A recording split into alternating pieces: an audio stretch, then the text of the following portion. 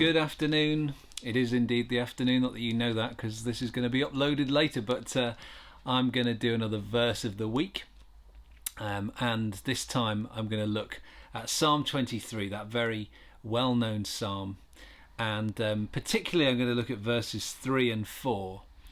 But I just encourage you this week to take some time looking at Psalm 23.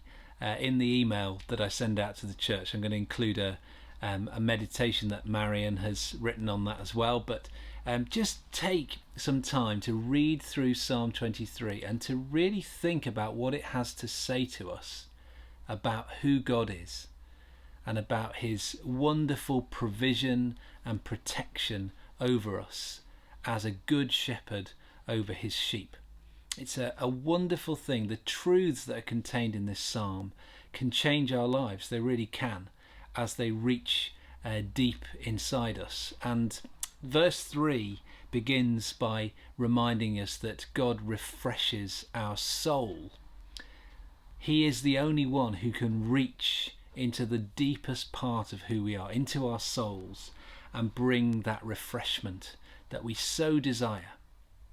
Like Heineken, the beer that reaches the parts that other beers can't reach. Well, God can reach those deep parts of who we are, which nothing else can do. However much distraction we might try to find, however much entertainment we might seek, those things can never reach deeply into our souls.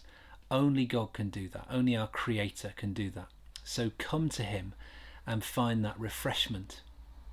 And then David goes on to say, he guides me along right paths for his name's sake. One of the things that can cause us such anxiety in our lives is to feel that we're making the wrong decisions, that we're going in the wrong direction. We can be very unsure about what we're doing with our lives. What a wonderful thing to be told that the Lord is my shepherd and he guides me along the right paths, just as a shepherd guides the sheep where to go. God can guide us down those right paths, and as we trust him, as we put ourselves into his care and protection, we can be confident that he's going to lead us in the right direction in our lives, that he's going to lead us the way we need to go, the way we ought to go, that we don't have to constantly be second guessing, am I doing the right thing, am I making the right decision? Because God will lead us in the way he wants us to go. And often we don't deserve that. You know, often God would be, it would be very understandable if he said, well, I'm just going to let you go off down that path because frankly that's what you deserve, that's what you seem to want, off you go down that foolish path. But we're told that he does this, he leads us down the right paths for his name's sake. And it's good for us to remember this, that God has, in a sense, he's made this covenant with us. He's hitched himself to us as his people, as the shepherd to his sheep. And so it's actually for his name's sake that he leads us down the right paths. He's invested in this situation because he wants for people to see that he is a good shepherd. He wants for people to see that when we follow him, he sticks with us. He leads us in the right direction. And so it's for his name's sake that he's doing this. And he's always going to want to lead us in those right paths, not only for our benefit, but also for his. And then David says, even though I walk through the darkest valley, how interesting, the right path can also be the darkest valley.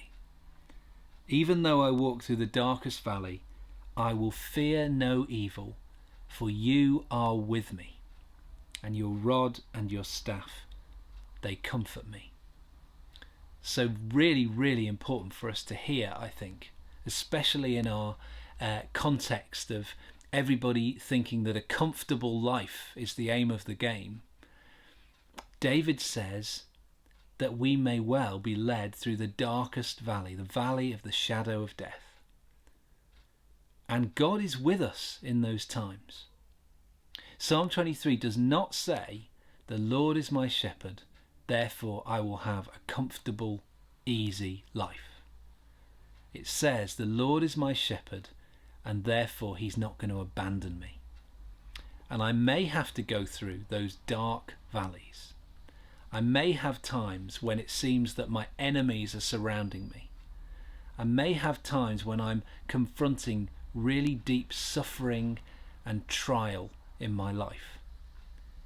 But even in those times, David says, "I won't fear evil because you are with me."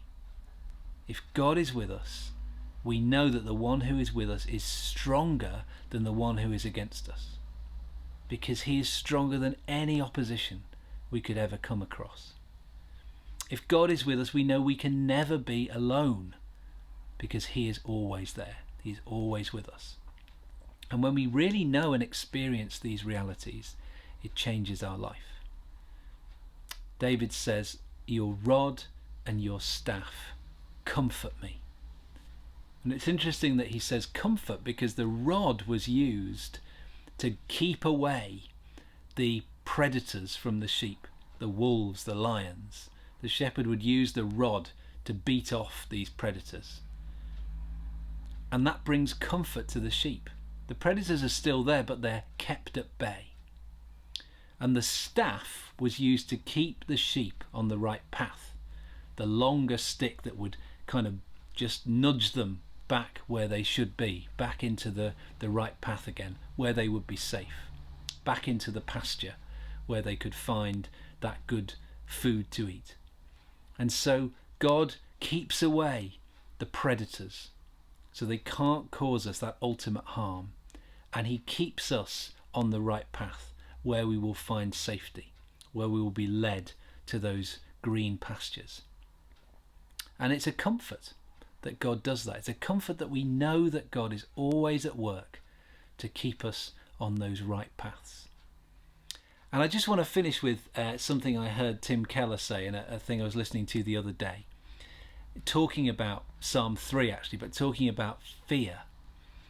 And he said, "You can only be scared to death if the thing that you glory in is going to die."